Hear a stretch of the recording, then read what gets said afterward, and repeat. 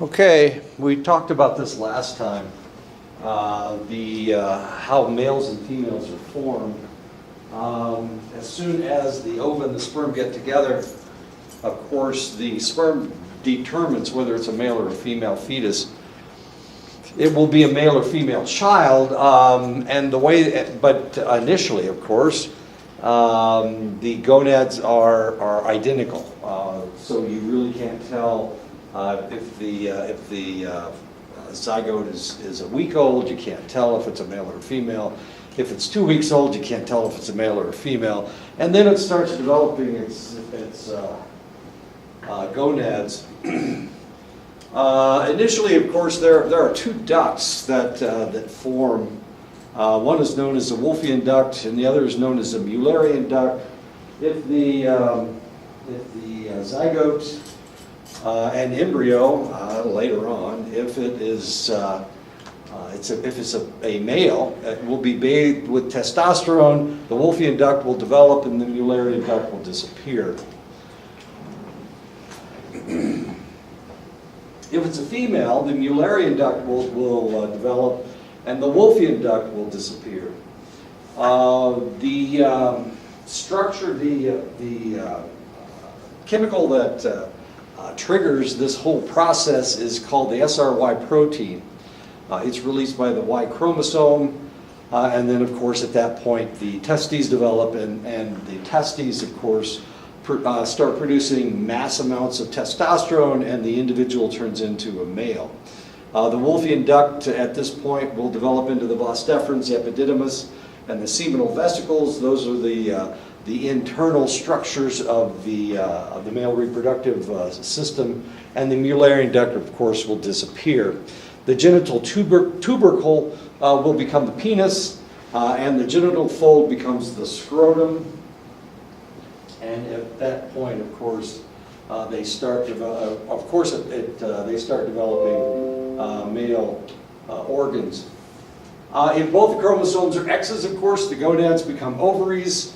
The Mullerian duct develops into the fallopian tubes, the uterus, and the inner vagina. And the Wolffian duct disappears. The genital tubercle becomes the clitoris. And of course, the same structure is the penis in the male. And whereas the genital fold becomes the scrotum in the male, in the female, they become the labia majora and the labia minora, the inner folds of the vagina. What is the purpose of the inner folds of the vagina? They are flaps of skin that protect the vaginal opening, and that is the purpose. Some cultures have chosen to cut away this area, just as it's a female circumcision, just as the male, in some cultures, the foreskin of the male is cut away, and that is male circumcision in most cultures. It's not the only form of male circumcision, by the way. There is a male circumcision where they make a slit in the bottom of the penis, which is really kind of an odd situation, because what happens is when the male ejaculates, instead of the ejaculate coming out of the end of his penis, it comes out those slits in the bottom of his penis. Their rationale is, this culture's rationale is, it's an Australian culture, Australian Aboriginal culture, one of the Aboriginal groups in Australia. Their rationale is that only the strong will survive. So the male, the offspring from a male that ejaculates from the bottom of his penis rather than the end of his penis is more likely to have a strong child. And that is the rationale behind the excessive male circumcision. Testosterone from the testes releases a hormone called anti-Mullerian hormone that, of course, shrinks the Mullerian duct. It causes tissue around the urethra to form the prostate gland. It causes epithelial tissue around the urethra to form a scrotum and a penis. The epithelial cells have 5-alpha reductase, which converts testosterone to dihydrotestosterone, which allows masculinization.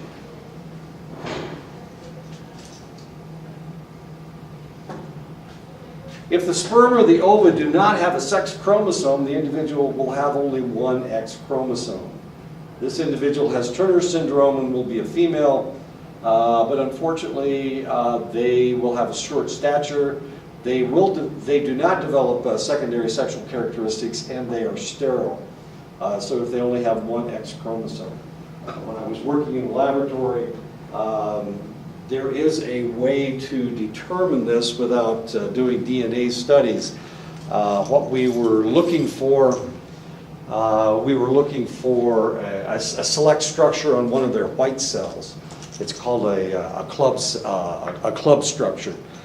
So the nucleus of the neutrophil, it will have a branch off of it. It's relatively circular, it's relatively intact, but if they have the Turner syndrome, they will have a club structure at the end of the nucleus of the cell, and it makes it fairly obvious.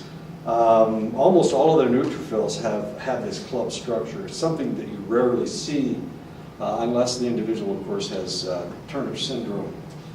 If the female fetus is exposed to androgens in the uterus, and this usually comes from the adrenal glands producing excessive amounts of testosterone, she might develop congenital adrenal hyperplasia, and because it comes from the adrenal gland, that's why they call it congenital adrenal hyperplasia.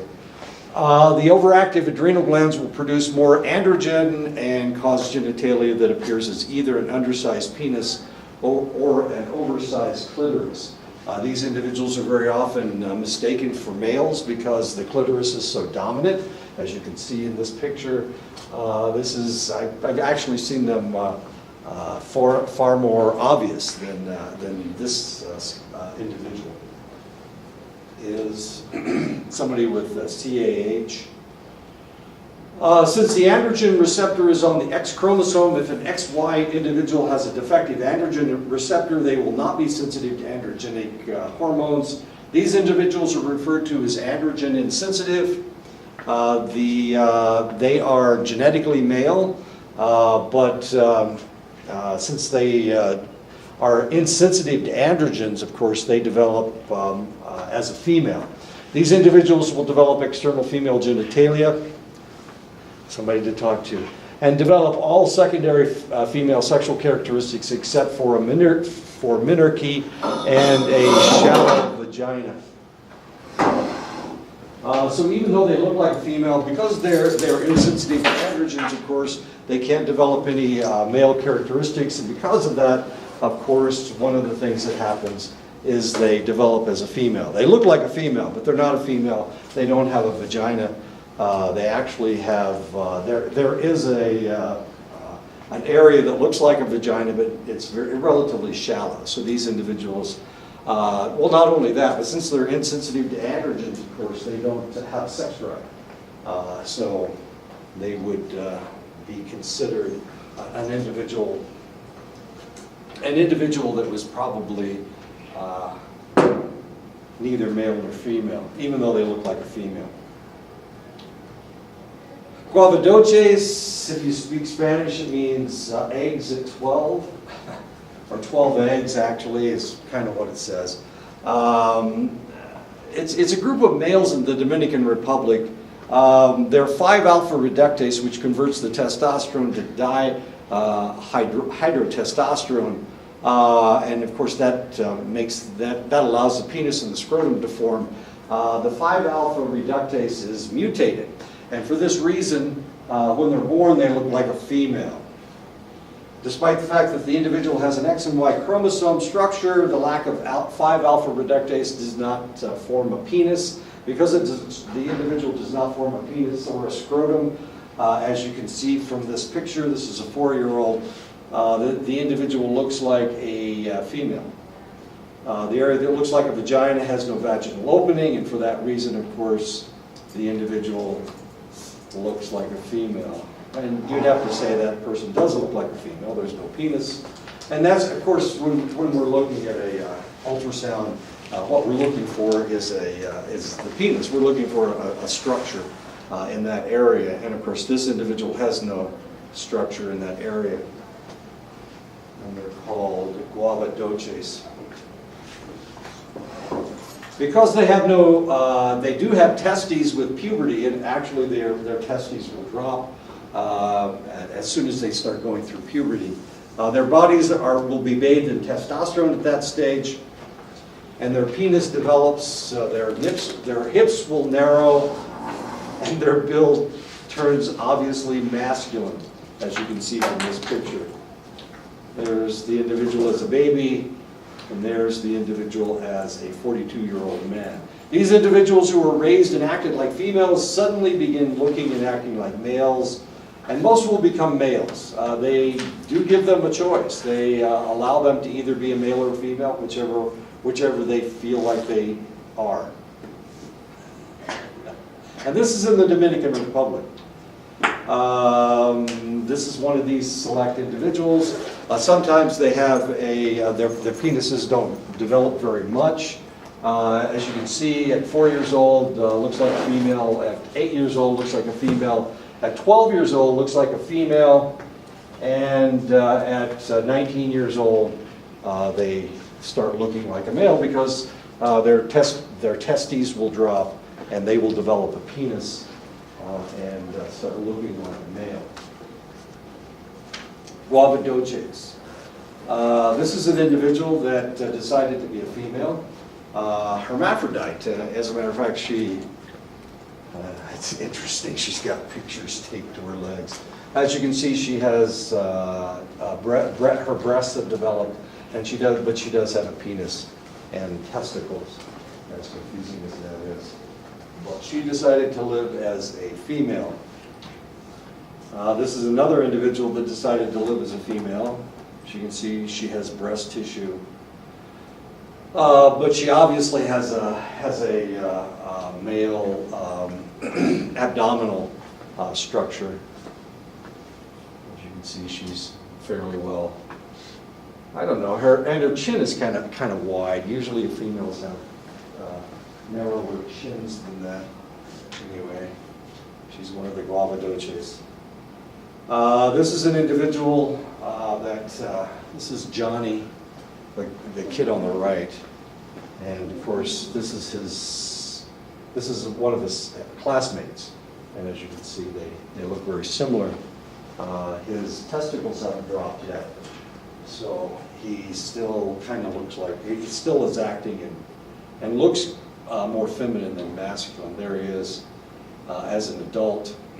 Decided to become a male, and Johnny is obviously a male. Looks very masculine in this picture, not so much in that picture. Okay. Anyway, Guevadoces, really kind of fascinating.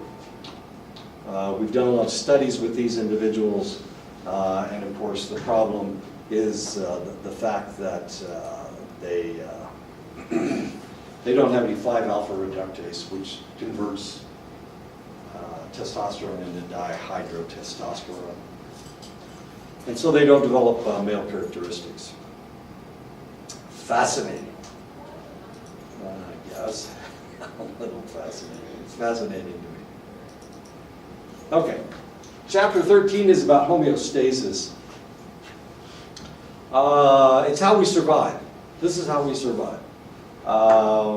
In order to survive, of course, one of the things that we need is to maintain a proper amount of fluid in our bodies.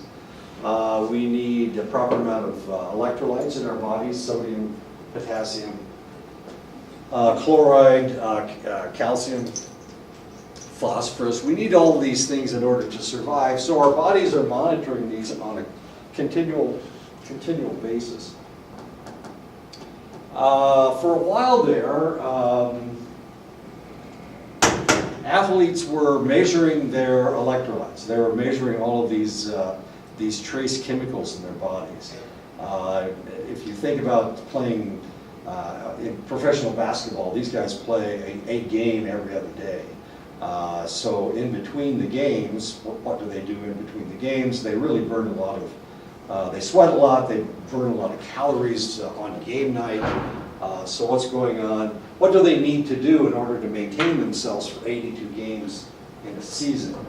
Baseball players play every day. They play baseball every day. And they put they put a lot of energy into playing baseball. Of course, football players only play once a week, but of course they have to recover on Monday, Tuesday, Wednesday, Thursday for what happened to them on Sunday.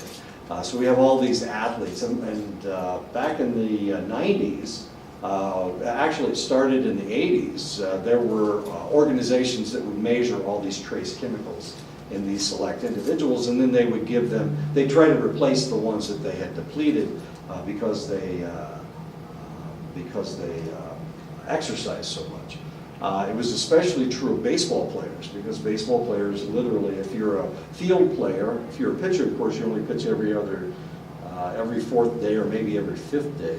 But if you're a field player, you play every day, and it's almost every day you play. And this is for 162 games. This is for all the way from April into October.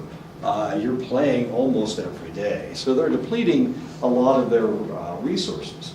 So one of the things that they were doing, they were looking at trace chemicals. And this is one of the things that Barry Bonds was doing.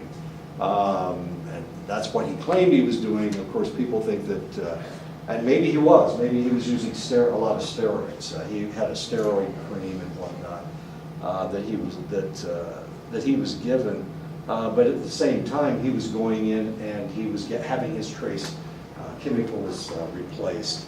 And that's why he claimed that he was doing so well. Kind of interesting. He wasn't the only one. There were several other individuals that were utilizing these services to maintain themselves. As an individual, the only way we can survive is to, we have to stay warm. We have to stay warm enough.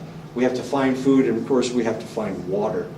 We can survive for about a week without any food, a little bit longer than that without any food. But you're going to have to find water because, of course, your body's going to become imbalanced if you can't find any water that you can drink.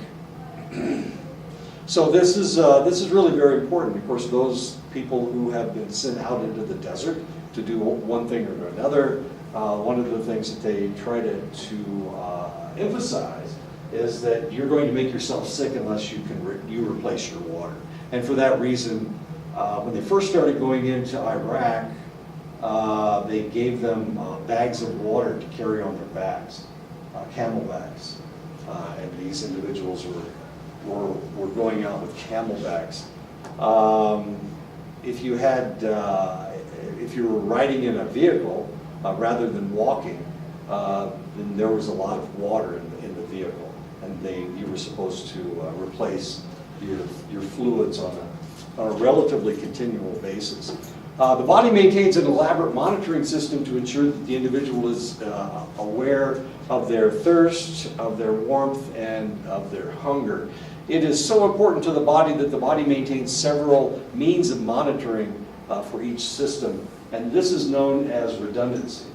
So there's not just one thing that's trying to tell you that you're thirsty. There are actually three structures that are telling you that you're thirsty. There's not one structure telling you whether you're warm or not. There's actually three structures that tell you whether you're warm or not. And we'll be going through those in just a minute.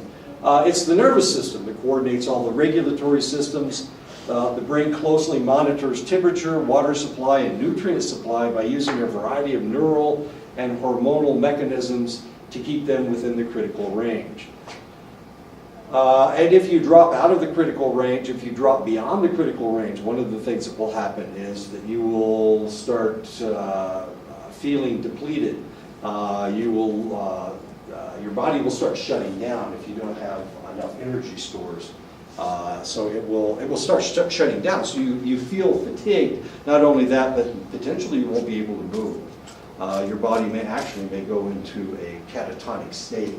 where it's shutting down. Things are shutting down just to preserve itself. The human body will always try to stay alive.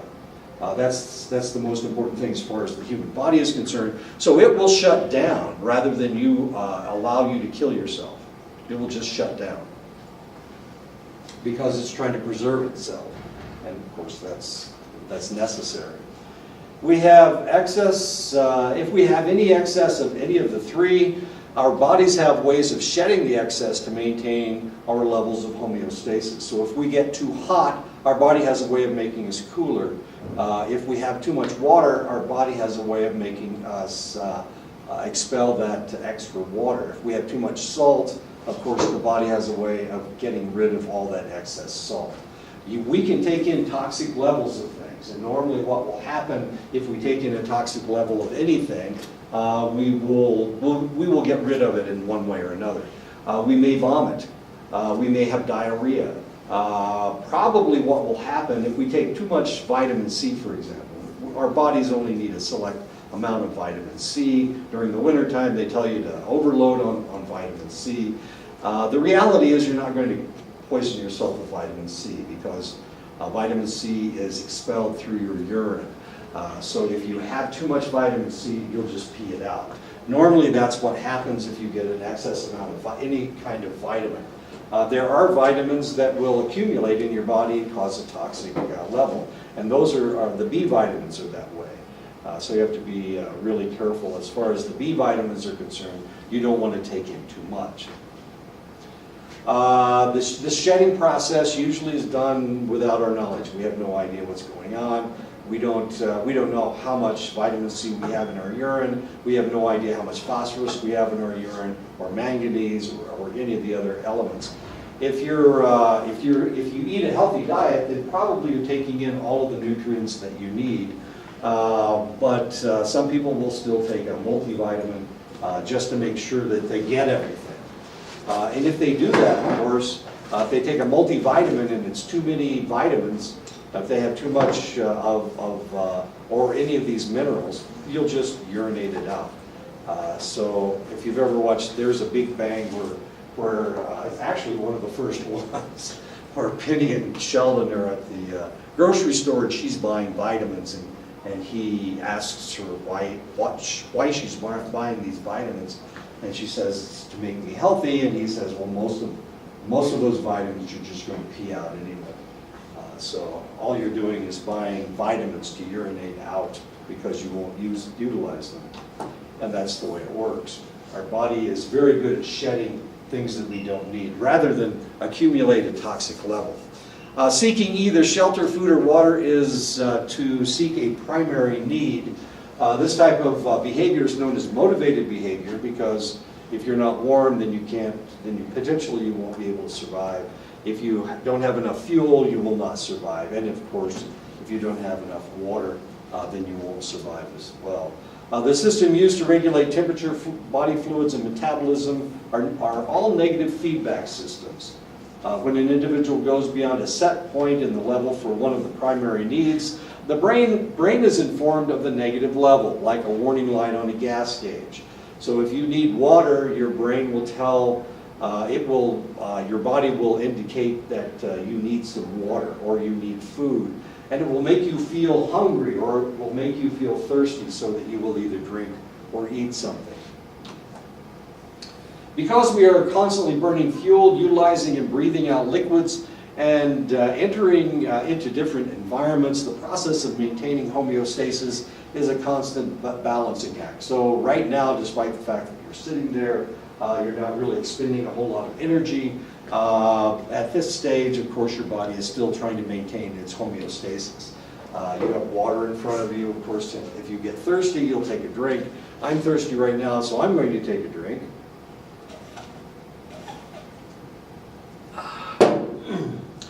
Do I need that fluid? Yeah, I probably do because I'm talking. So because I'm talking, I'm expelling fluid all the time. Every time you take a breath, you're expelling fluid from your body. So if you're, of course I'm expending a lot more fluid than you guys are because I'm talking, you're just sitting there and breathing. So I need fluid probably more frequently than you do. I may drink half this bottle of lemonade, and you probably only take a couple sips of your water, unless you start panting or something. But there's no reason for you to pant because you're not overly hot. Losses that we must have that we cannot get around are known as obligatory losses, and they obviously require constant monitoring of primary need levels. And so, of course, we need to replace our energy, and that's one of the reasons why we crave sugars. We also crave fats, and the reason we crave fats is because fat breaks down into sugar more efficiently than just about any other substance. Like 7 times, you get 7 times the sugar out of the same structure of fat. So if we consume fats, of course, it allows us to maintain our energy without consuming as much food. Everything in our body breaks down into sugar. Anything that we eat breaks down into sugar. If we can't break it down into sugar, then it's not food. So all the meat breaks down into protein. The protein, of course, it converts to sugar. Alcohol, when you drink alcohol, breaks down into sugar. So it's a food, strangely enough. So potentially, if you're a drunk and you drink a lot, and that's all you do, you don't eat anything, you just drink your breakfast, lunch, and dinner, you can actually live off of alcohol because it breaks down into sugar. Not very well, because there are other nutrients that you need that you won't be getting. But potentially you can survive off of alcohol. Okay. Cooling not only slows the action of molecules, but it slows the chemical reactions in the cells as well. Enzyme systems in most mammals and birds are most efficient at a normal temperature. For dogs, it's like 102 degrees, but for humans, our normal temperature is about 98.6. Now, if I took everybody's temperature in here, probably they'd all be around 98.6. My normal temperature is in the 96 range. For some strange and alien reason, I am not exactly sure. Every time I'm hospitalized, they think I'm dying because my temperature is so low. But it's in the low 96 is like 96.2 or something. Having a temperature that's so low is not a bad thing, actually, as it turns out. Because bacteria can't live in my body. Bacteria are very fastidious. If they are a bacteria that infects humans, then normally they will want a temperature around the 98.6 range. But of course, my temperature is lower than that, so I don't get infections very well. Viruses are the same way. They're relatively fastidious, so they don't survive in my body either, which is kind of interesting. But 98.6 is for humans. Potentially there's somebody out there that's a 97, maybe 99, and that's fine. That's all right. If I have a temperature of 98.6, I have a fever, which drives the doctors crazy. They think I'm normal and I'm actually sick, so I'm an anomaly. Any high temperature and protein molecules do not bind properly and thus cannot function as they should. When I say the high temperature, I'm talking about temperatures at well over 100 degrees. 101, 102 degrees. All of a sudden the proteins aren't binding properly, and now potentially brain damage can take place. At very high temperatures, the amino acids in the proteins break apart and begin to fuse together at random. One of the diseases that is common in humans is measles. One of the problems with measles is it causes a very high temperature in the 105 to 106 range. And of course, if somebody has a temperature of 105, 106, then brain damage is being done. So what we have to do if a child has a really high temperature is that we have to bring the temperature down. Usually we do that with an alcohol bath or an ice bath. something to bring the temperature down. And of course, we give them an analgesic to lower their temperature as well. That's usually what we do. I was working with an individual whose daughters, anytime they had a temperature over 100 degrees, they go into seizures, which was a little bit scary. And usually the temperatures were relatively low, in the low 100s, 100, 101. These individuals would go into seizures, which is scary. It really is. And of course, you can die having a seizure if you don't control the seizure. But while I knew him, his daughters kept catching colds, and every time they caught a cold, they would go into seizures, and it just scared the Jesus out of his wife. Anyway, they survived as far as I know. I only worked with him for about 6 months. And in those 6 months, I think his daughters had like 3 episodes of colds. This is in the wintertime in Dayton, Ohio. So that's really kind of strange. Prolonged high fever. The protein in the brain is especially susceptible to high temperatures, and that's one of the reasons why they're going into seizures. Prolonged high fever can cause brain centers that regulate the heart rate to die, and of course that's the reason that individuals die from a tempered high fever.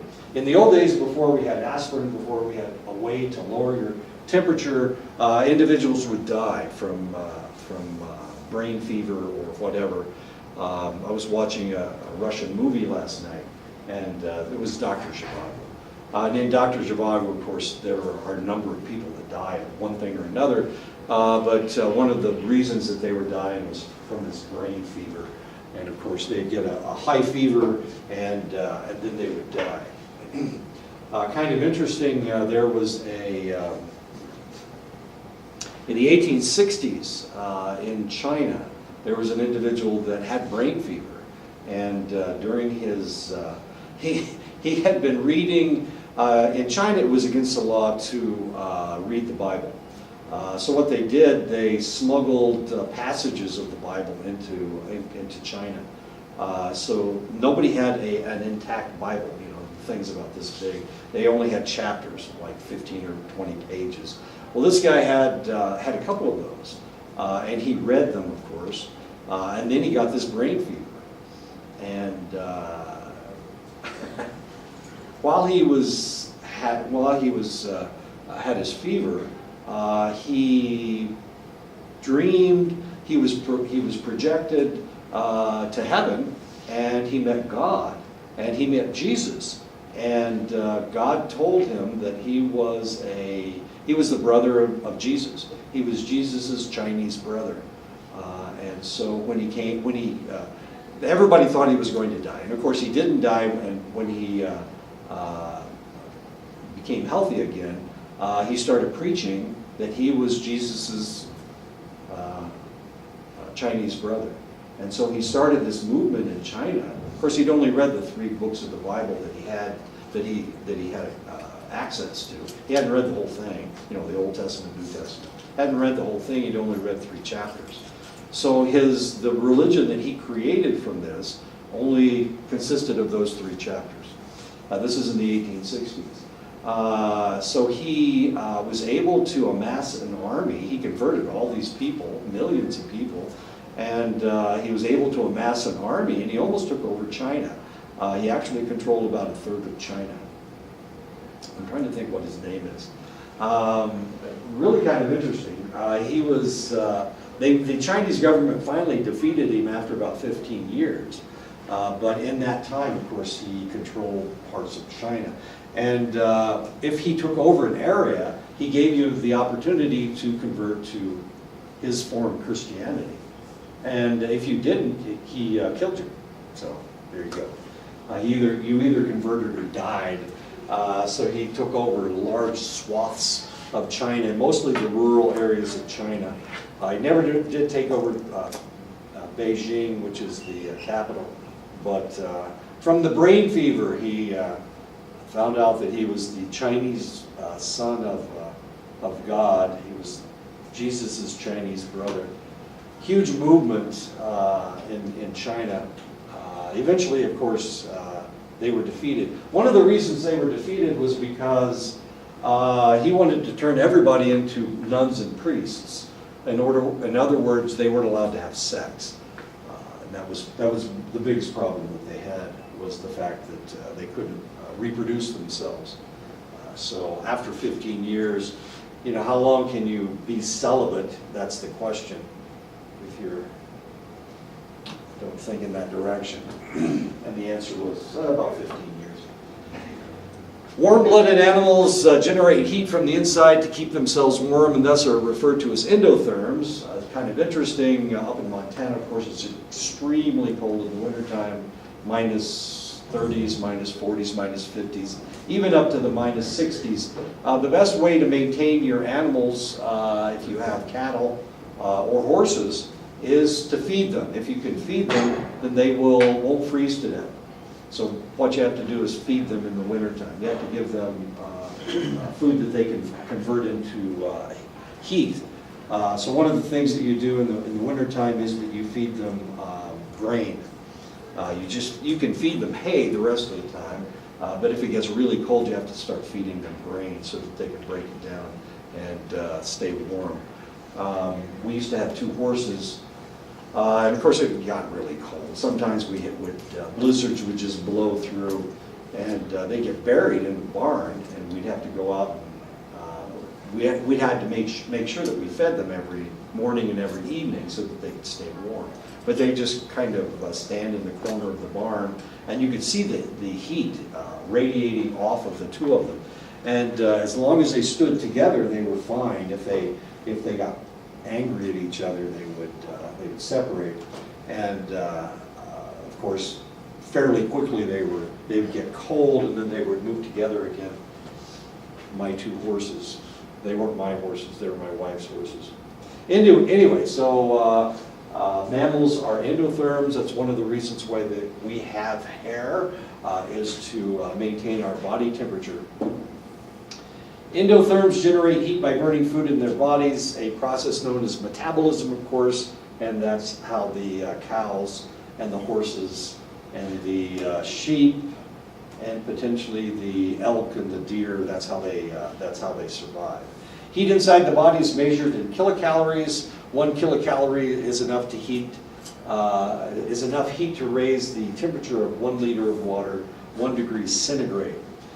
An adult can burn up as much as 600 kilocalories per hour with strenuous exercise, but only about 60 kilocalories when resting. So right now you guys are sitting there, you're probably burning 60, 70, 80 kilocalories per hour. I'll try not to bore you so much that you start burning less. But if you were exercising, of course, you would burn about 600 kilocalories per hour, depending on what you were doing. At rest, the brain accounts for 1/3 of the heat generated by the body. As activity increases, the brain continues its level of heat production, but the muscles can increase their heat production tenfold. So the more exercise you do, the more you move your body, the warmer your body will feel. Humans can create heat by increasing their metabolism, of course, by breaking down brown adipose tissue, by shivering, and by increasing the blood flow by constricting blood vessels. We can constrict blood vessels. We can also expand our blood vessels by exercising. And exercising, if you think about it, if you exercise, of course, you start to sweat. Why are you sweating? To cool yourself off. So we can actually maintain ourselves by moving. And of course, if you've ever been in a cold environment with a large group of individuals, potentially they all stood together so that they could conserve each other's heat.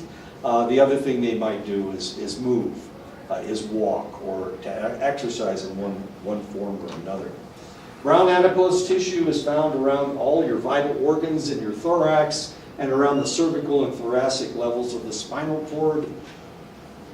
Brown adipose tissue, this is fat, that's what we're talking about here. But as you can see, the brown adipose tissue is actually brown, and the other adipose tissue looks kind of gray, kind of yellow. But I tell you the story about the lady that she was big and she was fat. And so they took her to surgery. They decided she had congestive heart failure. So they thought, well, maybe if we relieve some of that, if we take some of the fat around from her heart, remove some of the fat from her gut, maybe we can save her. That was the idea, because she was strangling herself to death with all of the fat that she had. She had these rolls of fat in her neck, and she could barely breathe. It was nasty, I'll tell you, it was really nasty. So they took her into surgery, and they did. They removed all the fat around her heart, but of course you can't really do that. I mean, your body gets used to whatever is there. So if you remove large chunks of something, anything, your body has to recover. It goes into shock, in essence. And that's what happened with her. So they took her all the fat around her heart out. They removed 100 pounds of fat from this lady, and it was mostly all in her gut and all in her chest. They removed all the fat in her neck so that she could breathe better, and she went into shock and died. Of course, it was just a shot. It was just a shot in the dark. She was going to die anyway. If they hadn't done it, she would have died. And they tried the surgery just to see if they could, if it would work. But they brought it all downstairs, of course.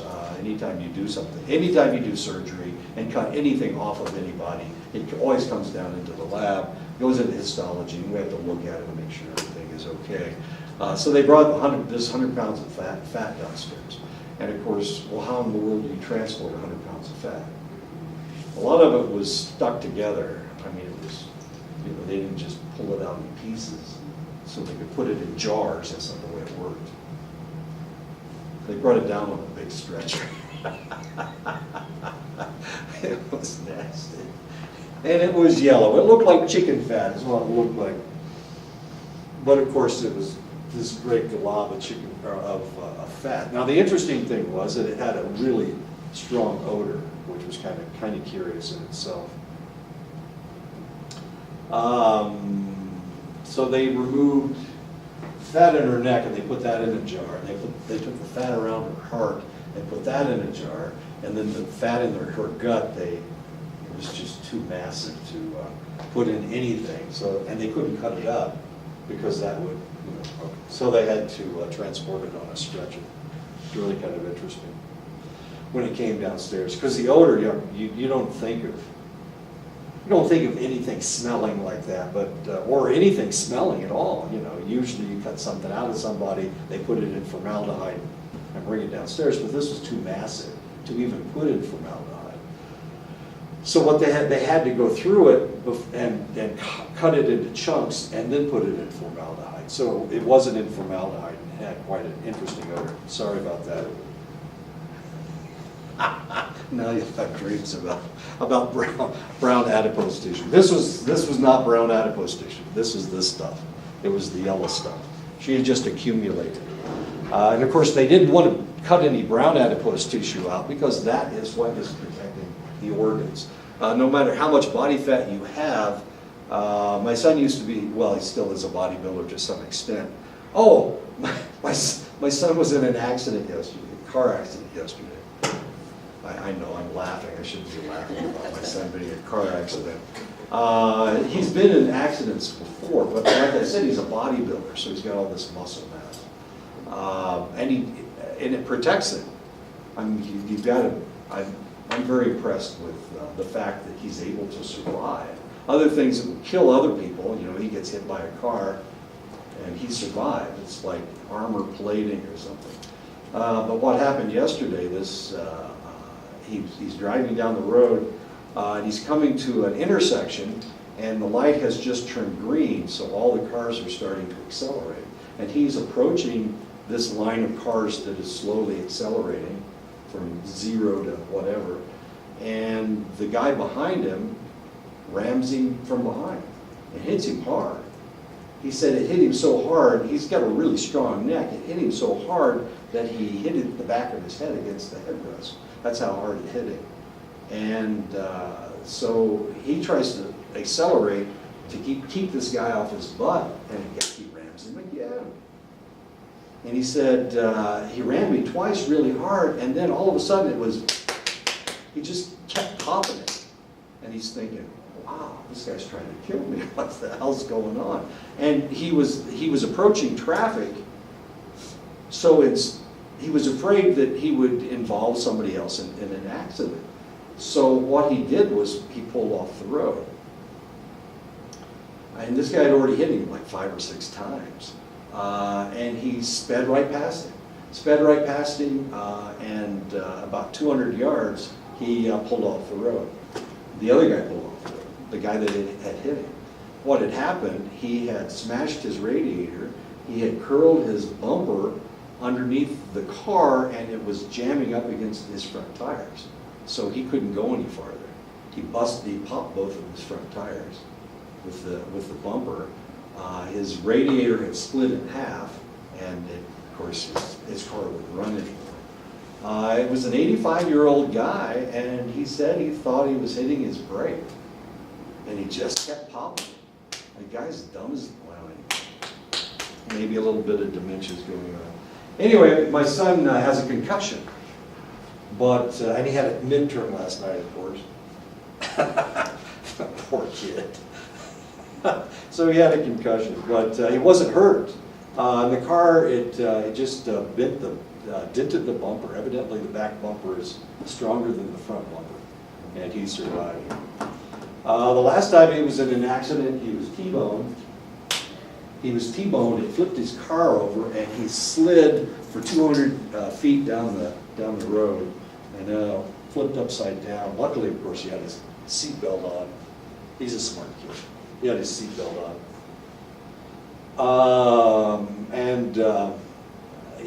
He had a cut on his arm, and that was it. He's flipped upside down, and he's sliding down the road, and he's going, Dad, I wasn't sure the top was going to last. It just kept going and going and going. I was afraid it'd scrape off the top, and then, of course, his head's right there. So that's what he was afraid of. But he went into work that night. I know, there's something wrong with that kid. Anyway, so last night, of course, he went and took his midterm. I'm not exactly sure how he did, but I guess we'll find out.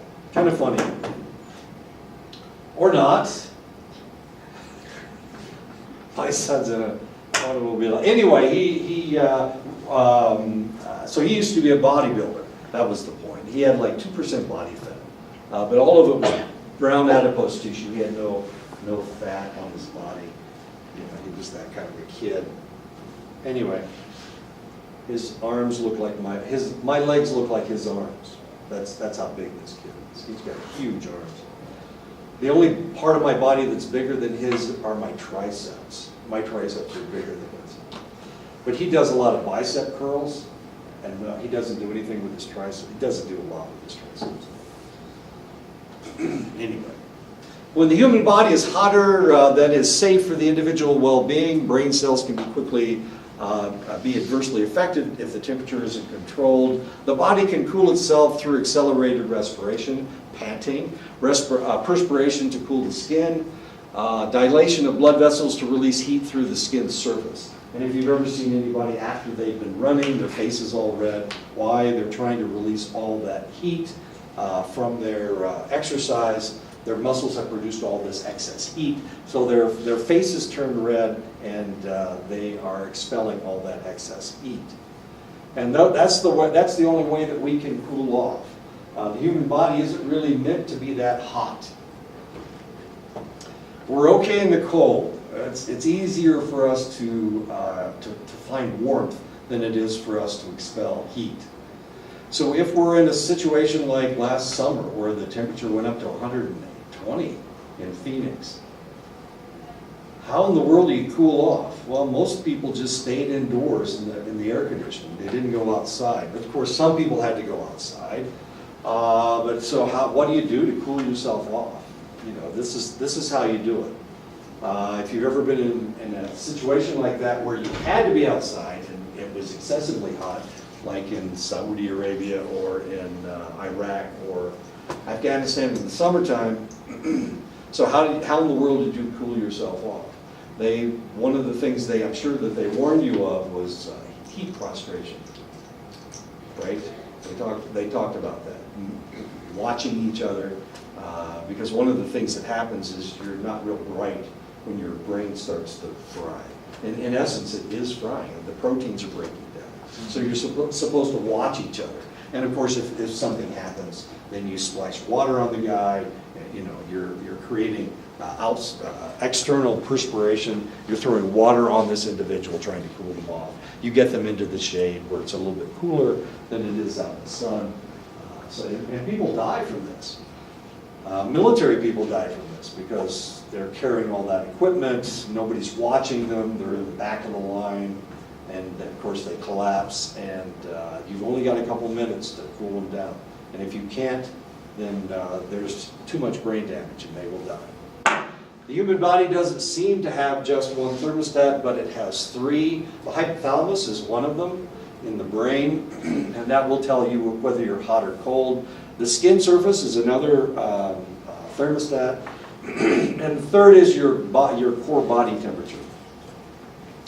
Your core body temperature has to do with everything but your arms and legs. That's your core. So if somebody dies and we need to find out when they died, one of the things that we can do is we can take a temperature reading of the body. The human body starts to cool right away. So if you died 15 minutes ago, your core body temperature will go down a degree or 2 degrees. So they assume that of course, that your temperature, normal temperature is 98.6. In my case, they would have thought that I had been dead for 30 minutes just by taking my core temperature right now. As confusing as that might be. So how they do that is they stick a thermometer into their liver. Their liver is about right in the middle of your body, and because it's in the middle, it is affected less than all the outer the skin and whatnot. So there are three different thermostats in the human body.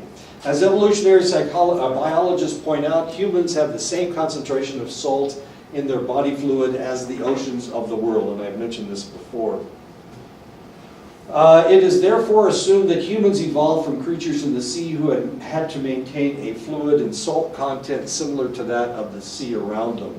Thus, humans, as all animals, must not only monitor fluid levels, but also salt levels. We have to monitor our salt level. Osmosis is a special case of diffusion. In this case, a large molecule like starch is dissolved in water. The starch molecule is too large to pass through the pores in the cell membrane.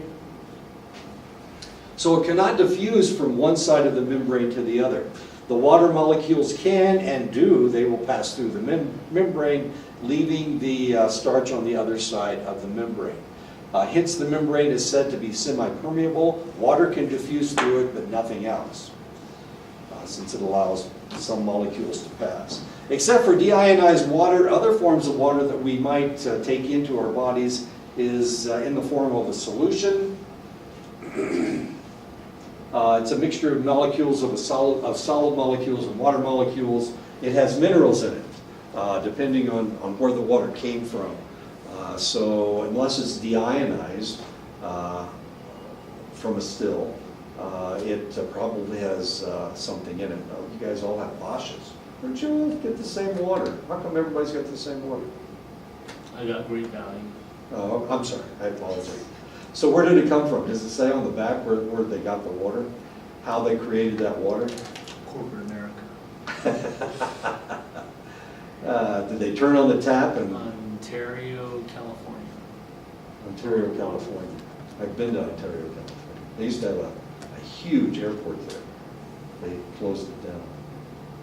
It's right outside of Los Angeles. A car broke down there once. Oh, really? In Ontario? Well, they had to take the car back to Ontario. Oh, okay. BMW dealership. Whoa, BMW. Yeah, BMW. It's Oh, wow. young and dumb. Never had a car. How's your water taste from Ontario? Tastes good because it's got flavor enhancing minerals. If it didn't have any minerals in it, you wouldn't like it. It wouldn't taste good to you. If it didn't have oxygen in it, you wouldn't like it. It would taste flat. So the water that you have not only has oxygen in it, but also has minerals in it. Otherwise, it doesn't taste right. Where I grew up, we had a lot of iron in our water, so our water tasted metallic. So it tasted, I mean, if you take a coin and put it in your mouth, that's what our water tasted like. Yuck, nasty. Where my sister used to live, they had sulfur in the water. So it smelled like rotten eggs. It smelled like a fart is what it smelled like. So when she took a shower, you know, she's taking a shower with all this water coming out, it's got sulfur in it. So she's bathing in, you know, fart smells. It's really kind of bizarre. But sulfur's supposed to be good for you. So people would come from miles around, from, you know, Ohio and Illinois to get water from this place because it's got sulfur in it. And sulfur's supposed to be good for you. Okay. So normally if we drink water, of course, whatever we're drinking the minerals in the area. I know individuals that will not drink tap water here because of the potential of uranium being in the water.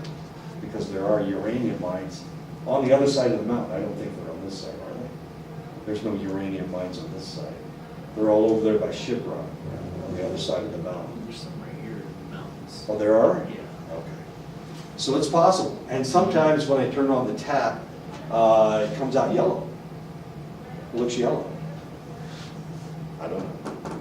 I drink it anyway. I haven't quite figured it out yet. If I get cancer of one kind or another, I know who to blame. Of course, I'm so old it doesn't make any difference. I could die tomorrow afternoon, they'd probably say I died of old age. His temperature is too low. You must have died of old age. A solution in this case is referred to as a solvent, and the solid dissolved in it is referred to as a solute. So all those minerals are solutes that you are drinking there in your water. Of course, I'm drinking lemonade. I've got lots of really strange things in my water. Semi-permeable membranes will block the passage of the solute, but allow the water molecules to pass freely from one side to the other. If you take water and you put it in a pan, or you put it in a bottle like that, and you allow the air to get to it, what will happen is it will lose its oxygen. The oxygen will come out of the water and go into the air, and it will become flat. It will taste flat, and it's because there is no oxygen in the water, as confusing as that is. So if you have water that has been sitting for an extended length of time in a relatively closed environment, where it still can get to the air, then one of the things that will happen is it will become flat. It won't taste very good because it doesn't have any oxygen in it. The force or pressure to pull water across a semi-permeable membrane is known as osmotic pressure. We refer to the concentration of solute in a solution as the solution's osmolality. Sodium chloride is a solute that the human body must balance in order to maintain a proper fluid balance. But salty water doesn't taste good to us. Does it? We drink Gatorade. Can you taste the salt in Gatorade? You can. Okay. There's enough sugar in it that most people can't taste the salt. Oddly, I can. I know. I'm an alien. You don't have to tell me. I've already been told that too many times. The human body must maintain a proper level of sodium chloride in order to function properly. The level of sodium chloride in the human body is 0.9%. That's 9 grams of sodium chloride dissolved in a liter of water. That is a saline solution or an isotonic solution, 0.9%. So if you went to the hospital and they needed to give you an IV because you didn't have enough fluid in your body, one of the things they would put into your body would be a solution of 0.9%, a saline solution or an isotonic solution. And it's interesting because it always says on there 0.9%. And what they're talking about is this is saline. This is isotonic solution. If you drink this stuff, it really doesn't taste very good. It's really salty. It's really nasty. So you can put it in your body, but you can't really drink it. Can you smell it? Can you smell the salt? When they put it in? Can you smell it? You can taste it. This is bizarre. They put the IV in your arm, And so it starts running through your body. It's cold, of course, it's not body Because the temperature. last time that happened, I could feel like I could smell it. You could smell it, could you? You probably could taste it. That's what was It happening. was really tasting when I was. It's your palate. It's your palate that was detecting the salt. Yeah, you can taste it. It's really kind of strange. But it doesn't make you thirsty because you're getting all that fluid with it. But it makes you go. It does make you urinate, of course. Well, urine has a lot of salt. So, yeah.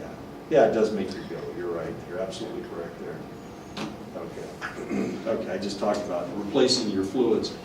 If we just give the person water through an IV, it would rapidly adjust their osmolality and it would make you hypotonic.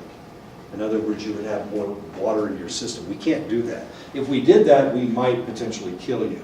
If we gave you water instead of saline, we would kill you. If we gave you too much.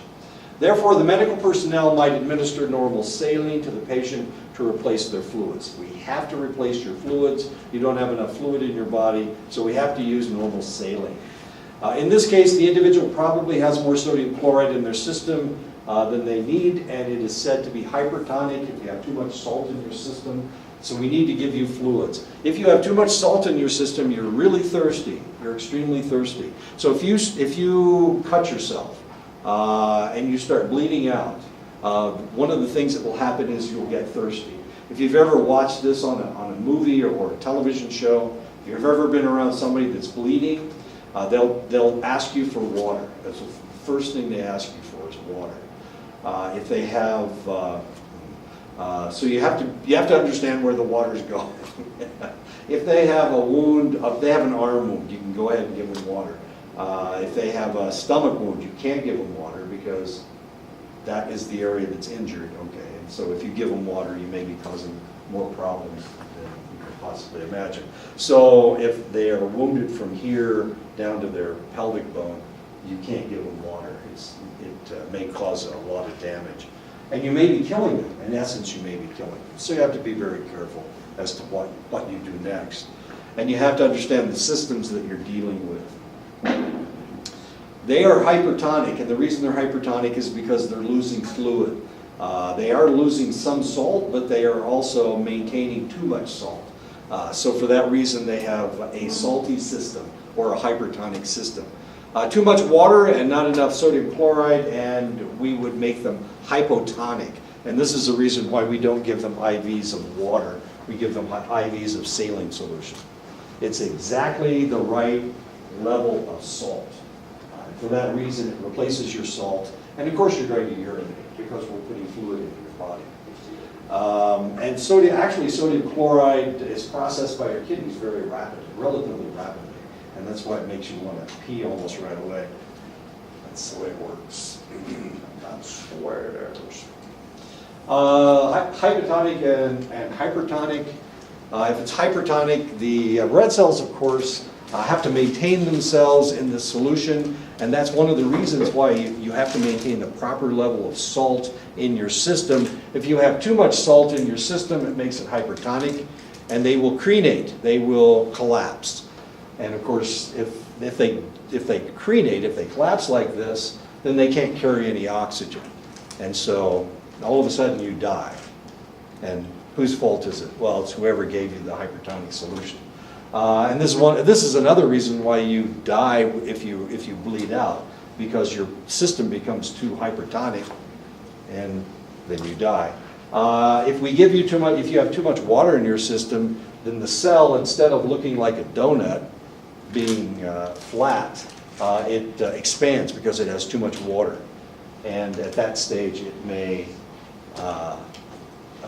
burst. And if it bursts, of course, then it can't carry.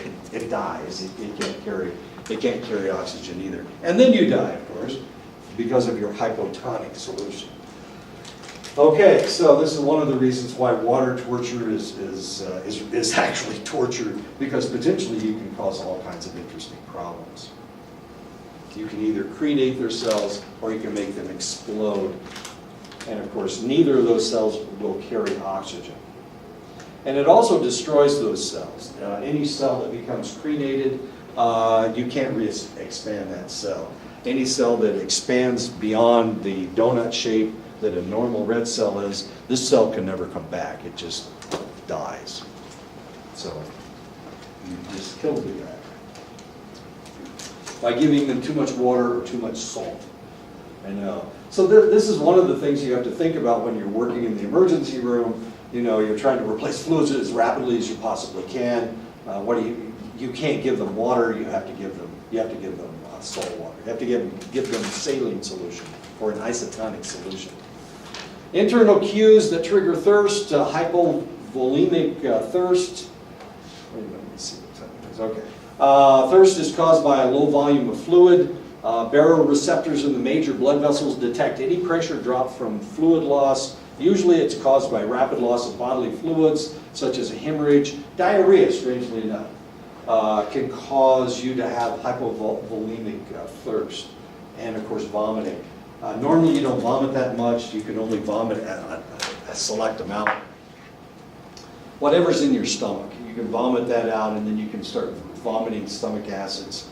But normally you can't really vomit that much volume. Of course, you can bleed out. That's a hemorrhage. You can bleed almost all your entire volume, and of course that causes a lot of problems. But the one that most people don't realize is diarrhea. Diarrhea used to be the #1 killer of children around the world. And the reason was because kids are really small. And if they get diarrhea, they start squirting. It doesn't take very long before they become, they deplete their body fluids. And it used to be the #1 killer. Dysentery would get into an area, and the adults could handle the diarrhea, but the kids couldn't, and the kids would die. And this happened all around the world. It was especially prevalent in Africa. But we have developed a new way of curing diarrhea. So if you ever know anybody with diarrhea, they have a bad case of diarrhea, or they have diarrhea, you need to arrest it as quickly as you possibly can, because they will become dehydrated very, very rapidly. One of the things that you can do is give them water, which gives them fluids. The other thing is to give them Gatorade, because it has electrolytes. And what will happen, what is happening is that the colon is spasming. And the reason it's spasming is because it doesn't have proper electrolytes. So if you can replace the electrolytes in their system, then it will stop their colon from spasming. It's a trick. I mean, it's amazing. I've seen it work with 1 bottle of Gatorade and 1 bottle of water. It's not like you have to.